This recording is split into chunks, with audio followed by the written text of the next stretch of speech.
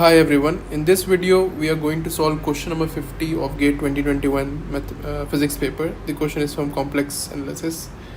The question says a contour integral is defined as in is equal to dz upon z minus n whole square plus pi square when where n is a positive integer and c is a closed contour as shown in the figure.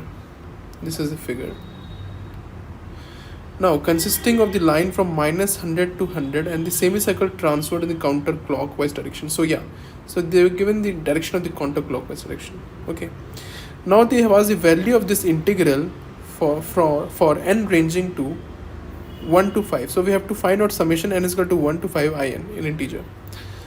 So similar approach. First of all, we'll find the poles by equating denominator is equal to 0. So we'll get z minus n whole square plus pi square is equal to 0. Therefore z minus n whole square is equal to minus pi square, which gives z minus n is nothing but plus minus iota pi, and hence z is equal to n plus iota pi and n minus iota pi. So there are two classes of poles. Now the second class of pole n minus I pi, this minus I pi lies in the lower half plane, which is not covered by this closed semicircular contour.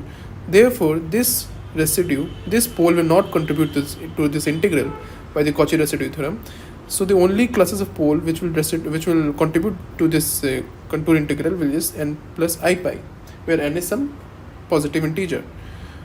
Now we'll just solve this. We'll calculate. We know that this integral in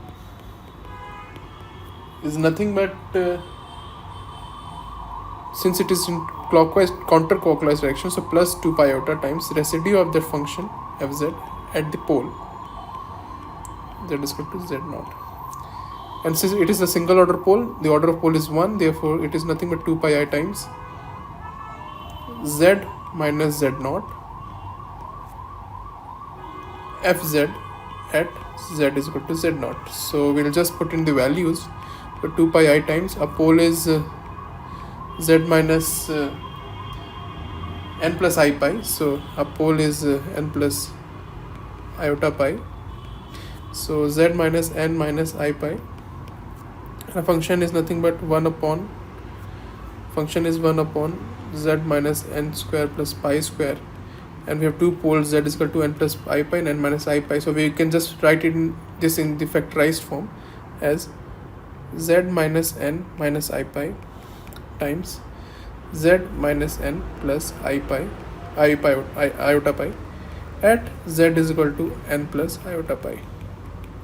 This will cancel out, so what we are left with is 2 pi I times 1 upon, we'll put in the value of z, n plus iota pi minus n plus iota pi, and then we'll cancel out 2 iota pi, so we're left with 1. Therefore this integral is 1. Now they have asked what is this, n is equal to 1 to 5 integral.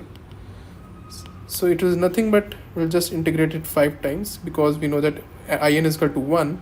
So for n is equal to I1 plus I2 up to plus I5 is nothing but 5 times 1, which is 5.